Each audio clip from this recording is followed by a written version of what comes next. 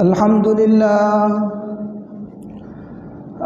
لله نحمده ونستعينه ونستغفره ونؤمن به ونتوكل عليه ونعوذ بالله من شرور أنفسنا ومن سيئات أعمالنا من يهده الله فلا مضل له ومن يضلله فلا هادي له ونشهد أن لا إله إلا الله وحده لا شريك له ونشهد أن سيدنا ومولانا محمدا عبده ورسوله صلى الله عليه وعلى آله وأصحابه وبارك وسلم تسليما كثيرا كثيرا.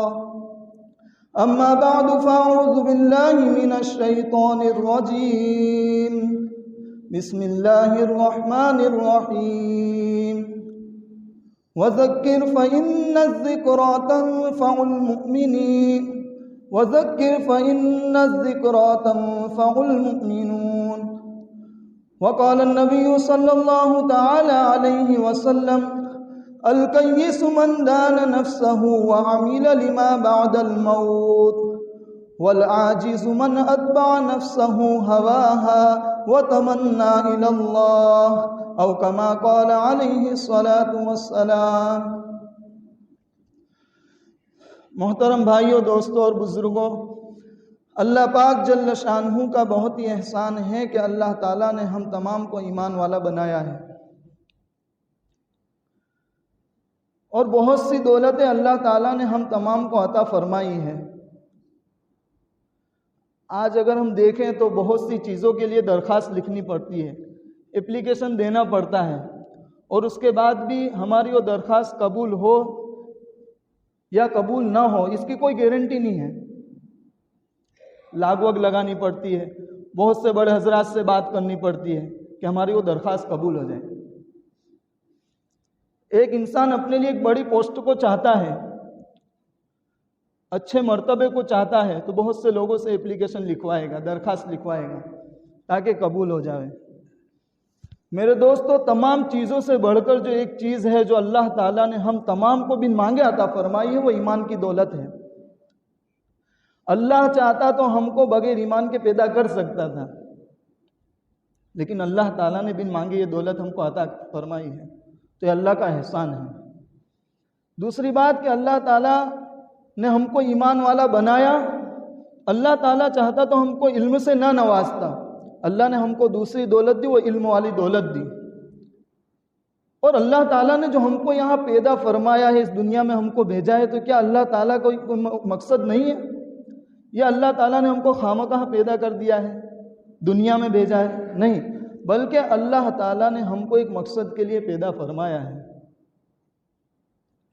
اور کیا ہے وہ؟ وَمَا خَلَقْتُ الْجِنَّ وَالْإِنسَ إِلَّا لِيَعْبُدُونَ. ایک گروہ انسان کا بھی ہے اور ایک گروہ جناتوں کا بھی ہے. جس طرح انسانوں کی جماعت ہے، اسی طرح جناتوں کی بھی جماعت ہے، اور اللہ تعالیٰ نے دونوں کو ہی حکم دیا. صرف یہ نہیں کہ وَمَا خَلَقْتُ الْجِنَّ وَالْإِنسَ إِلَّا لِيَعْبُدُونَ کہ ہم عبادت کریں، بلکہ فرمایا کہ عبدیت والے بن کر ہم رہیں. اور عبدیت کیا ہے؟ تو اللہ تعالیٰ نے ہم کو وہ بھی سکھائی. فرمایا سبحان الذی اسری بعبدہ لیلا، کہ اللہ تعالیٰ نے حضور اکرم صلی اللہ تعالیٰ علیہ وسلم کو عبد کہا. فرمایا الحمدللہ الذی انزل علی عبدہ الکتاب، اللہ تعالیٰ نے کتاب اتاری، وہ بھی اپنے عبد پر، یعنی حضور اکرم صلی اللہ تعالیٰ علیہ وسلم پر. یعنی ہم کو جو زندگی گزارنی ہے وہ اللہ کے رسول صلی اللہ تعالیٰ علیہ وسلم کے طریقے کے مطابق زندگی گزارنی ہے. اور ایمان والا اللہ تعالیٰ نے بنایا، اور تمام چیزوں کا دار و مدار اللہ تعالیٰ نے ایمان پر رکھا ہے. کسی حدیث میں یہ نہیں آتا کہ اگر کوئی بندہ ڈاکٹر بنے تو وہ کامیاب ہے، انجینئر بنے تو کامیاب ہے، وکیل بن گیا کامیاب ہے، ایڈوکیٹ بن گیا کامیاب ہے. کہیں نہیں فرمایا. یقیناً یہ دنیا میں ہم رہ رہے ہیں، ڈاکٹر بنے گا کچھ نہ کچھ کام ضرور آئے گا، ایڈوکیٹ بنا کچھ نہ کچھ ضرور کام آ جائے گا، وکیل بنا کچھ نہ کچھ کام ضرور آ جائے گا. لیکن اصل مقصد یہ نہیں ہے کہ کوئی بندہ ڈاکٹر بن جائے یا وکیل بن جائے، بلکہ اصل مقصد ایمان والا بن جائے. اللہ تعالیٰ نے ایمان دیا۔ حدیث پاک میں تو آتا ہے کہ اللہ تعالیٰ نے جو یہ ساتوں آسمان پیدا فرمائے، زمین پیدا فرمائی، اور یہ تمام جو کائنات کا اللہ تعالیٰ نے نظام بنایا ہے، اللہ تعالیٰ اس نظام کو برابر چلاتے رہیں گے۔ کب تک؟ جب تک دنیا میں ایک ایمان والا اللہ اللہ کہنے والا رہے گا۔ دیکھو حدیث پاک میں تو یہ فرمایا گیا، کہیں نہیں آیا کہ ڈاکٹر بن گئے اللہ پورے نظام کو چلائیں گے، وکیل بن گئے اللہ پورے نظام کو چلائیں گے، نہیں، بلکہ ایمان والا جب تک اس دنیا میں رہے گا اللہ تعالیٰ پوری کائنات کے نظام کو جس طرح ابھی چلا رہے ہیں آئندہ بھی چلاتے رہیں گے۔ یہ اللہ تعالیٰ کے وعدے ہیں۔ تو ایمان کی دولت ملی ہے، ایمان والا بن کر بھی رہنا ہے۔ اسلام کی دولت ملی ہے، اسلام والا بن کر بھی رہنا ہے۔ آج برائی یہ ہو گئی ہے کہ اسلام الگ ہو گیا اور مسلمان الگ ہو گئے۔ پہلے مسلمان اور اسلام ایک ہی تھا، لیکن آج اسلام تو ہم نے اپنا لیا، لیکن اسلام کے جو تقاضے ہیں، اللہ تعالیٰ نے اسلام پر جو احکام نازل فرمائے ہیں نبی کے واسطے سے، جن چیزوں کو کرنے کا حکم دیا ہے وہ چیز کرتے نہیں ہیں۔ تو آج غیر مسلم بھی ایک چیز دیکھ رہے ہیں کہ بھائی یہ مسلمان ہے، داڑھی ہے، ٹوپی ہے، لیکن اسلام جو کہہ رہا ہے وہ عمل نہیں ہے اس کے پاس۔ پوری دنیا کے لوگ دیکھ رہے ہیں۔ پہلے ایک اسلام والے کو دیکھ کر، مسلمان کو دیکھ کر لوگ خوف زدہ ہو جاتے تھے، خوف کھا لیتے تھے۔ آج کوئی ڈر نہیں ہے۔ آج اگر ہم کہیں الگ سٹی میں نکل گئے ہوں، راستہ پوچھنا ہو تو مشکلات پیدا ہو جاتی ہیں کہ ہم کس سے راستہ پوچھ لیں، کیونکہ مسلمان کون ہے غیر مسلم کون ہے پتہ ہی نہیں چلتا۔ راستہ پوچھتے ہیں بھائی کہاں ہے مسجد، مسلمان ہے لیکن مسجد پتہ نہیں ہے۔ کیوں؟ اسلام پر عمل نہیں کیا، اسلام کے تقاضوں پر عمل نہیں کیا۔ اللہ کے نبی صلی اللہ تعالیٰ علیہ وسلم پر جو قرآن اتارا گیا اور اللہ کے نبی نے جو احکامات ہم کو سکھلائے ہیں، اگر اس پر انسان عمل کرے گا یقیناً دنیا میں بھی کامیاب رہے گا، آخرت میں بھی کامیاب ہوگا۔ آج ایک انسان کے پاس مال و دولت ہے، خوب مال ہے، خوب روپیہ ہے، خوب پیسہ ہے، لیکن اگر ایمان کی دولت نہیں ہے، چاہے مسجد میں وہ کافر پیسے دے دے، کوئی سنستھا میں پیسے دے، اسکول میں پیسے لگا دے، ہسپتال میں پیسے لگا دے، لیکن ایمان کی دولت نہیں ہے، ہو سکتا ہے کہ اللہ تعالیٰ دنیا میں کچھ اس کے رقم میں اضافہ کر دے، اللہ تعالیٰ اس کو اور غنی اور مالدار بنا دے، لیکن آخرت میں اس کا کوئی حصہ نہیں ہے۔ ایک غریب آدمی ہے، جھوپڑی میں رہ رہا ہے، کچھ نہیں ہے اس کے پاس، مسجد میں دینے کے لیے خیرات نہیں ہے، للہ پیسہ دینے کے لیے نہیں ہے، مدرسے میں زکوٰۃ دینے کے لیے پیسہ نہیں ہے، لیکن ایمان کی دولت ہے، اللہ تعالیٰ اس کو دنیا میں بھی کامیاب فرماوے گا اور آخرت میں بھی دنیا سے کہیں بڑھ کر جنت عطا اس کو فرمائے گا۔ کیوں؟ ایک ایمان والا ہے۔ اور رائے کے برابر بھی اگر ایمان بچا کر لے جا رہا ہے تو دنیا میں بھی کامیاب اور آخرت میں بھی کامیاب ہے۔ لیکن میرے دوستو، ایمان ملا ہے تو اس ایمان پر عمل کرنا ہے۔ ہمارے جو بزرگ تبلیغ والے بیان فرماتے ہیں، بہت اچھی بات، ایمان مل جانا فخر کی بات ہے، یقیناً فخر کی بات ہے، لیکن اس کو بچا کر لے جانا یہ فکر کی بات ہے۔ ایمان مل گیا بہت اچھی بات، حدیث پاک میں تو آتا ہے کہ بہت خوش نصیب ہے وہ شخص جس کو اللہ تعالیٰ نے ایمان کی حالت میں پیدا فرمایا اور ایمان کی حالت میں اس کی موت ہو رہی ہے۔ پھر فرمایا نبی اکرم صلی اللہ تعالیٰ علیہ وسلم نے، وہ بھی خوش نصیب ہے، وہ بھی خوش نصیب ہے جو کفر کی حالت میں تو پیدا ہوا لیکن جب اس کی موت آ رہی ہے تو اللہ تعالیٰ نے اس کو ایمان سے نواز دیا، بڑا خوش نصیب ہے وہ۔ اور فرمایا بڑا مبغوض ہے اور بد نصیب ہے وہ شخص جو کفر کی حالت میں پیدا ہوا اور جب اس کی موت ہو رہی ہے تو کفر کی حالت میں ہی موت ہو رہی ہے۔ بہت سے ایسے لوگ گزرے جو عبادت گزار تھے لیکن شیطان کے جھانسے میں آ گئے، شیطان نے پھنسا دیا اور ایمان کے لالے پڑ گئے۔ برسیسا راہب کا جو واقعہ لکھا ہے حضرت مولانا پیر ذوالفقار صاحب نے بھی اس کو بیان فرمایا ہے، بڑا عجیب و غریب واقعہ ہے۔ ایمان کے اوپر سے کہ برسیسا راہب بہت عبادت گزار تھا، بڑا عبادت گزار بندہ تھا، اپنی کوٹھری میں عبادت کر رہا ہے، نماز پڑھ رہا ہے، اللہ تعالیٰ کو یاد کر رہا ہے۔ ایک وقت وہ آیا کہ اپنی کوٹھری کے باہر اس کی نظر جاتی ہے، ایک بندہ دکھتا ہے کہ وہ نماز پڑھ رہا ہے، تو یہ سوچتا ہے کہ میں کیا عبادت گزار بنا، مجھ سے بہتر عبادت گزار یہ ہے، میں تو اپنے گھر کے اندر عبادت کر رہا ہوں، گھر کے باہر عبادت کر رہا ہے۔ کچھ وقت گزرا، بارش کا موسم شروع ہوا، یہ ورسیسا راہب عبادت کر رہا ہے، باہر کوٹھڑی کے اس نے دیکھا تو وہاں پر دیکھ رہا ہے کہ وہ بندہ بارش میں بھی اللہ کو سجدے کر رہا ہے۔ اس کے دل میں رحم پیدا ہوا، کتنا اچھا ہو کہ میں اس کو اپنے گھر میں بلا لوں اور میرے ساتھ عبادت کرے۔ اس کو نہیں پتا تھا کہ وہ جو انسانی شکل میں عبادت کر رہا ہے وہ انسان نہیں ہے، اللہ کا نیک بندہ نہیں ہے، بلکہ اللہ کا نافرمان شیطان ہے، وہ نہیں پتا اس کو۔ اس نے اپنے ساتھ ملا لیا. کچھ وقت عبادت کرتے رہے.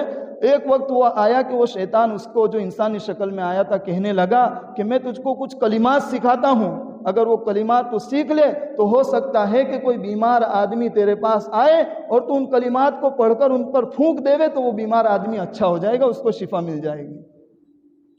اس نے کہا کہ ٹھیک ہے, آپ وہ کلمات مجھ کو سکھا دیجئے.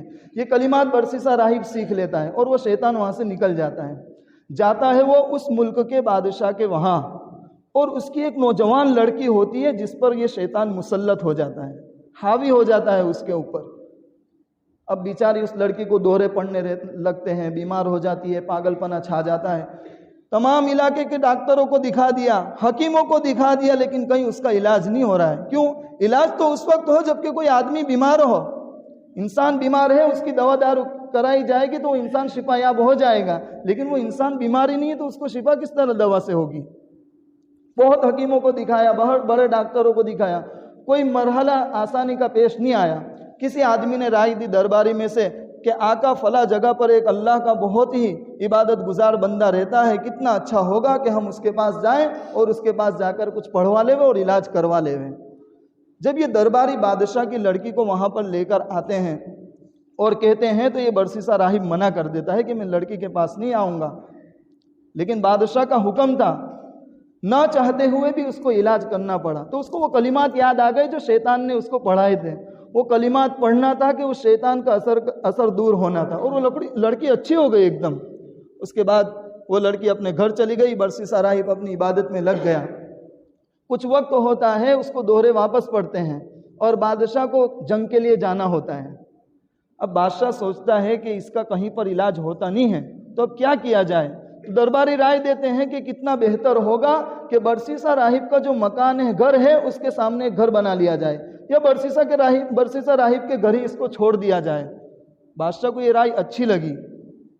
بادشاہ نے اپنے درباریوں کو بھیجا کہ ہمیں جنگ کے لیے جانا ہے, آپ جائیے اور میری بیٹی کو اس برسیسا راہب کے پاس رکھ دیجیے. جب برسیسا راہب کے پاس گئے, برسیسا راہب نے انکار کر دیا کہ میں اس لڑکی کو اپنے پاس نہیں رکھوں گا. تو درباریوں نے کہا کہ بادشاہ سلامت فلاں جگہ گھر بنائیں گے, یہ لڑکی اس گھر میں رہے گی, آپ اپنے گھر میں رہیں گے, لیکن جب وہ بیمار ہوگی آپ اس کا علاج کریں گے. برسیسا راہب نے اس کو منظور کر لیا, قبول کر لیا.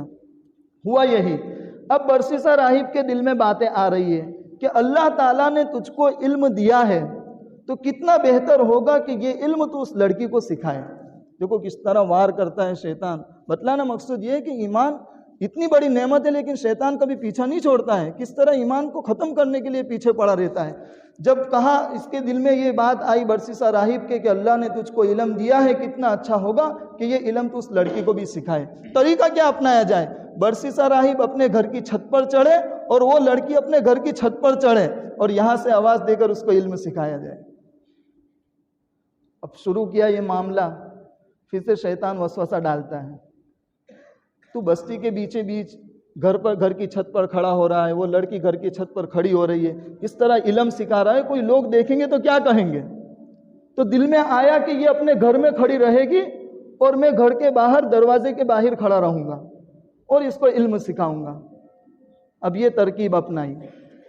پھر ایک دل میں بات آئی کہ لوگ دیکھیں گے تو کیا کہیں گے, جوان لڑکی کے گھر کے باہر کھڑا ہو رہا ہے. تو دل میں بات آئی کہ وہ اپنے گھر میں ایک چارپائی پر بیٹھے گی, میں دوسری چارپائی پر بیٹھوں گا اور اس کو علم سکھاؤں گا. اب حدیث پاک میں آتا ہے النساء حبل الشیاطین. یہ تو ایک جال ہے, عورتیں شیطان کا ایک جال ہے. شیطان کبھی مال دے کر پھنساتا ہے تو کبھی زیادتی کرتا ہے تو لڑکی دے کر اس کو پھنساتا ہے. اور یہ لڑکی ایسی چیز ہے کہ انسان اس کے جھانسے میں آ کر جو چیز نہیں کرنا ہوتی ہے اپنی خواہشات کو پورا کر لیتا ہے. انسان حاوی ہوتا ہے زنا نہیں کرنا ہے, لیکن شیطان اس پر جب حاوی ہوتا ہے تو زنا کر دیتا ہے. ایک لڑکی ہے پردے والی ہے, لیکن وہ اس تمام چیزوں کو بھول جاتا ہے, حتیٰ کہ مسجدوں کو بھول جاتا ہے, مدرسوں کو بھول جاتا ہے اور غلط کام میں مبتلا ہو جاتا ہے. کیوں؟ لڑکی ایسی چیز ہے. فرمایا النساء حبل الشیاطین, شیطان کا جال ہے یہ تو. جس طرح مکڑی اپنے جال میں کیڑی مکوڑوں کو پھانستی ہے, اس طرح شیطان عورتوں کو ڈال کر انسان کے ایمان کو پھنساتا ہے. انسان کو پھنساتا ہے تاکہ ایمان سے نکل جائے. اب اتنا ہی نہیں تھا بلکہ ہنسی مذاق بھی شروع ہوئی, اور برسیسا راہب جو اللہ کا نیک اور عبادت گزار بندہ تھا اس عورت کے ساتھ زنا میں مبتلا ہو گیا. اور اتنی ہی حد نہیں رہی بلکہ وہ حاملہ بھی ہوئی، پریگنیٹ بھی ہوئی اور اس کو ایک بچہ بھی پیدا ہوا۔ اب ٹینشن شروع ہوئی کہ اب کیا کرنا ہے، کیا کرنا ہے۔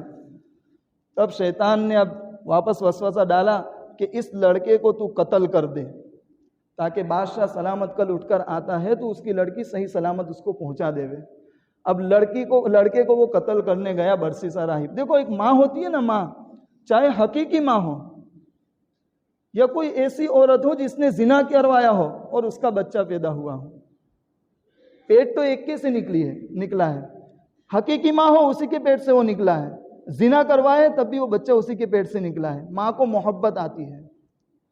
تو اس ماں نے گوارا نہیں کیا، بھلے میرے پیٹ سے پیدا ہوا زنا کی حالت میں نے زنا کروایا، یہ بچہ پیدا ہوا، اگر حقیقی میرا بچہ ہوتا تو اس کی حفاظت کرنا میری ذمہ داری تھی، اگرچہ یہ ولد الزنا ہے، حرامی بچہ ہے، لیکن ہے میرا ہی بچہ، اس کی حفاظت کرنا میری ذمہ داری۔ جب برسیسا راہب نے اس کو قتل کرنا چاہا، پہلے وہ لڑکی بیچ میں آئی تو برسیسا راہب نے اس لڑکی کو قتل کیا اور اس بچے کو دوسری مرتبہ میں قتل کیا۔ دیکھو یہ شیطان حاوی ہوا اس کے اوپر، جو کام نہیں کرنے تھے وہ بھی اس نے کر لیے، اور اب کیا کرنا ہے تو اس گھر کے اندر ہی اس نے گڑھا کھودا اور ان دونوں کو دفنا دیا۔ اب وقت گزرتا رہا، بادشاہ سلامت اپنی جنگ سے واپس آئے۔ بادشاہ سلامت نے کہا کہ میری بیٹی کو لے آؤ۔ درباری جاتے ہیں تو یہ برسیسا راہب کہتا ہے کہ وہ تو اس طرح دوہرے پڑے تھے اور مر گئی، اس کی کوئی ذمہ داری میرے اوپر نہیں تھی۔ بادشاہ سلامت سمجھ گئے کہ میری بچی بیمار تھی، میری بیٹی بیمار تھی، ہو سکتا ہے اس کا انتقال ہو گیا ہو۔ لیکن میرے دوستو، اس کے جو بیٹے تھے بادشاہ سلامت، وہ اس بات کو منظور کرنے کے لیے تیار نہیں ہیں۔ اب جب وہ سوتے ہیں تو ان کے دلوں میں ایک بات آتی ہے، ذہن میں ایک بات آتی ہے، کہیں برا حادثہ نہ ہوا ہو۔ شیطان اب آتا ہے اور ان کو خواب میں بتلاتا ہے کہ تمہاری بہن کو مار دیا گیا ہے اور اس کا بچے کو بھی مار دیا گیا ہے۔ اب کہاں ہے تو اسی گھر میں اس کو دفنا دیا گیا ہے، دبا دیا گیا ہے۔ اب جب صبح ہوتی ہے تو یہ بچے اپنے بادشاہ سلامت کو کہتے ہیں، اپنے باپ کو کہتے ہیں کہ ابا جان ہم چاہتے ہیں کہ اس گھر میں ہم جائیں، اس گھر میں تفتیش کریں، اس گھر کو کھودا جائے اور دیکھا جائے کہ کہیں ایسا منظر تو نہیں ہے۔ بادشاہ سلامت نے اجازت دی۔ جب یہ دونوں گئے، بچے گئے اور سب درباری گئے، دیکھا کہ وہ عورت بھی مری ہوئی ہے، جوان لڑکی مری ہوئی اور بچہ بھی مرا ہوا ہے۔ اب ایک ہی فیصلہ سنانا تھا کہ اس کو پھانسی کی سزا دینی ہے۔ جب برسیسا راہب کو پھانسی کے لیے لے گئے تو اب وہ شیطان آتا ہے، انسان کی شکل میں جو پہلے دکھا تھا وہی شیطان آتا ہے اور برسیسا راہب کو کہتا ہے کہ تو نے مجھے پہچانا میں کون ہوں؟ تو وہ کہنے لگا کہ آپ تو وہی عبادت گزار بندے ہیں جو میری کوٹھڑی میں میرے گھر میں نماز پڑھا کرتے تھے، بارش میں آپ بارش ہوتی تھی لیکن آپ نماز پڑھتے تھے۔ تو وہ کہنے لگا کہ تو نے مجھے پہچانا ہی نہیں ہے، میں انسان نہیں ہوں بلکہ اللہ کا نافرمان بندہ شیطان ہوں۔ تجھے میری طاقت کا اندازہ ہو چکا ہوگا کہ میں کتنا طاقتور ہوں۔ برسیسا کہتا ہے کہ یقیناً تو طاقتور ہے۔ وہ شیطان کہتا ہے کہ میں تجھے اب بھی بچا لوں گا، میں تجھے اب بھی بچا لوں گا، لیکن بات ایک ہی ہے کہ تو اپنے اللہ کا انکار کر دے۔ دیکھو میرے دوستو، اتنا عبادت گزار بندہ تھا، اتنا عبادت گزار بندہ جو باہر بھی نہیں دیکھ رہا تھا، اپنی نمازوں میں پڑا ہوا تھا، لیکن شیطان نے ایسا جھانسا دیا کہ اس کو کہاں تک پہنچا دیا، بلکہ کفر تک پہنچا دیا۔ اس نے کہا کہ میں تجھ کو بچا لوں گا۔ برسیسا راہب خوش ہو گیا کہ چلو ایک بار پھانسی سے بچ جاؤں تو اس کے بعد میں اپنی زندگی عبادت والی زندگی گزاروں گا۔ بس اس کا اللہ تعالیٰ کا انکار کرنا تھا کہ وہاں پر سولی دینا تھی۔ کتنا عبادت گزار بندہ، ایمان والا بندہ، لیکن کس حالت میں جا رہا ہے؟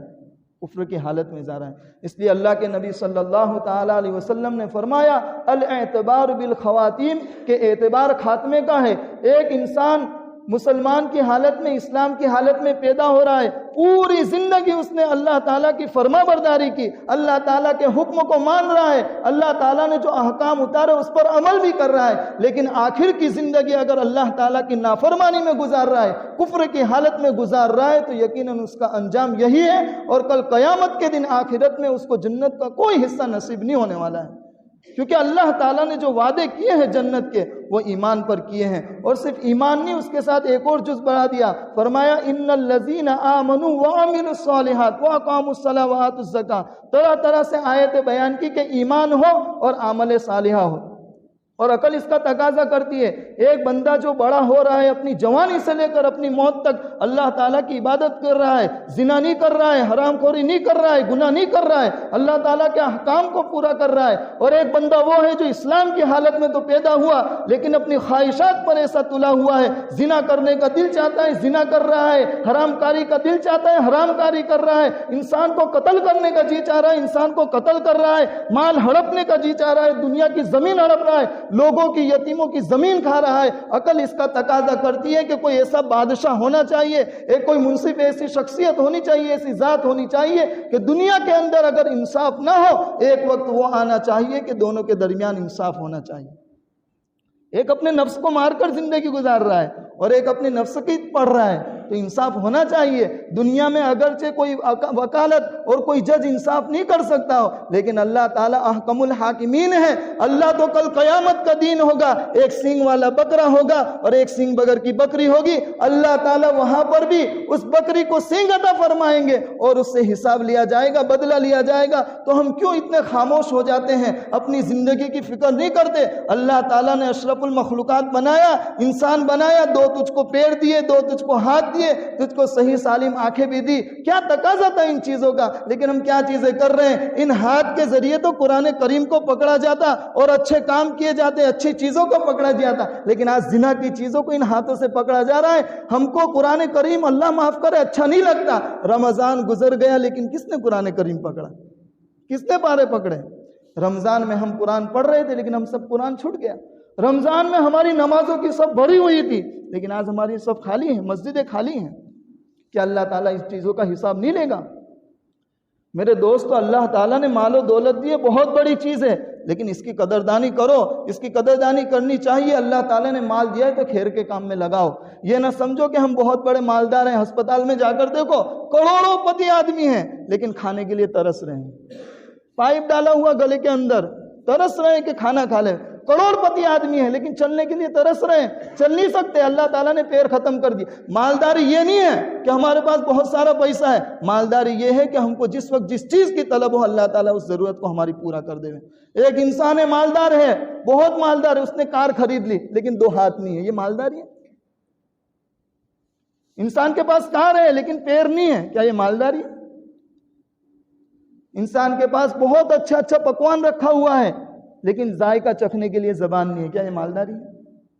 تو اللہ تعالیٰ نے یہ اعزاز دیے ہیں, ہم کو ان کی فکر کرنا چاہیے. اللہ نے دو ہاتھ دیے تو اس کو صحیح کام میں لگائے, دو پیر دیے تو اس کو صحیح کام میں لگائے. یہ نہیں کہ ہم اپنے نفس کی منمانی کریں. اللہ کے نبی صلی اللہ تعالیٰ علیہ وسلم نے فرمایا, القیس من دان نفسہ عمل لما بعد الموت. عقل مند شخص کون ہے؟ عقل مند شخص تو وہ ہے جو موت سے پہلے اپنے نفس کا محاسبہ کرے. وہ کیا کر رہا ہے, کون سے کام صحیح کر رہا ہے, کون سے کام غلط کر رہا ہے, ان چیزوں کو پہچانے. اور عاجز شخص کون ہے, بیوقوف کون شخص ہے جو اپنی خواہش نفسانی پر چل رہا ہے, زنا کرنے کا دل چاہ رہا ہے اس کو بھی کر رہا ہے, جو کام جی چاہ رہا ہے اس کو کر رہا ہے, اور کیا کہہ رہا ہے؟ اللہ تعالیٰ غفور الرحیم ہے. اللہ تعالیٰ غفور, یقیناً حساب ہوگا, یقیناً حساب ہوگا. ہم اپنے نفس کی مان رہے ہیں اور کہہ رہے ہیں اللہ تعالیٰ بڑا غفور الرحیم.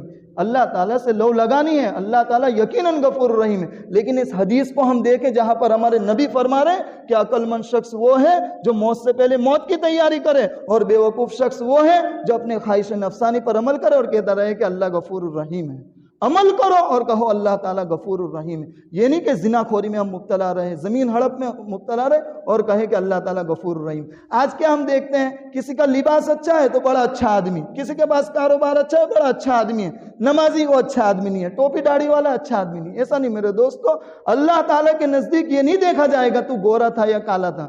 اللہ تعالیٰ کے نزدیک یہ نہیں دیکھا جائے گا تو فقیر تھا یا امیر تھا. اللہ تعالیٰ کے نزدیک یہ نہیں دیکھا جائے گا کہ تو فقیری میں تھا یا عمدہ لباس پہنتا تھا. اللہ تعالیٰ کے نزدیک دیکھا جائے گا تو تقوی دیکھا جائے گا. ان اکرمکم عند اللہ اتقاکم. اگر تم تقوی والے ہو, چاہے غریب ہو, اللہ تعالیٰ کے یہاں کامیاب ہو. اگر تم اللہ سے ڈرنے والے ہو, چاہے تم فقیری کی زندگی گزار کر آئے ہو, اللہ تعالیٰ کے یہاں کامیاب ہو. اگر ہم نے اپنے نفس کی مانی, اپنے نفس پر چلتے رہے, ہماری امیری کوئی کام نہیں دینے والی، ہماری یہ مالداری کوئی کام نہیں دینے والی۔ اگر ہم نے اللہ تعالیٰ کے احکام کو پورا کر کے زندگی گزاری ہے، یقیناً ہم کامیاب رہیں گے۔ 3 چیزوں کی انسان تمنا کرتا ہے پوری دنیا میں، ایک ہی کہ میرا لباس اچھا ہو جائے، میرا کپڑا اچھا ہو جائے، ایک میرا گھر اچھا ہو جائے، تیسرا میرا نام اچھا ہو جائے۔ اللہ تعالیٰ مرنے کے بعد سب سے پہلے ان 3 چیزوں کو ہی بدلتے ہیں۔ نام اچھا ہو جائے، نام اچھا ہو جائے، اللہ تعالیٰ اس کا نام مردہ اور میت رکھ دیتے ہیں۔ لباس اچھا ہو جائے، لباس اچھا ہو، اس کا لباس کفن بن جاتا ہے۔ گھر اچھا ہو جائے، عمدہ ہو جائے، اللہ تعالیٰ 2 گز زمین کا ٹکڑا اس کا گھر بنا دیتے ہیں۔ تو میرے دوستو، ہمیں اللہ تعالیٰ نے جو ایمان کی دولت دی ہے، ہمیں اس پر عمل کرنا ہے۔ جو بھی ہمارے علماء اچھی باتیں بیان کرے اس کو لینا ہے، حدیث ہے ہمارے اس کو بھی لینا ہے، قرآن کریم کی ہم کو روز تلاوت کرنا ہے۔ اللہ تعالیٰ ہم کو عمل کی توفیق عطا فرمائے۔ وآخر دعوانا الحمدللہ۔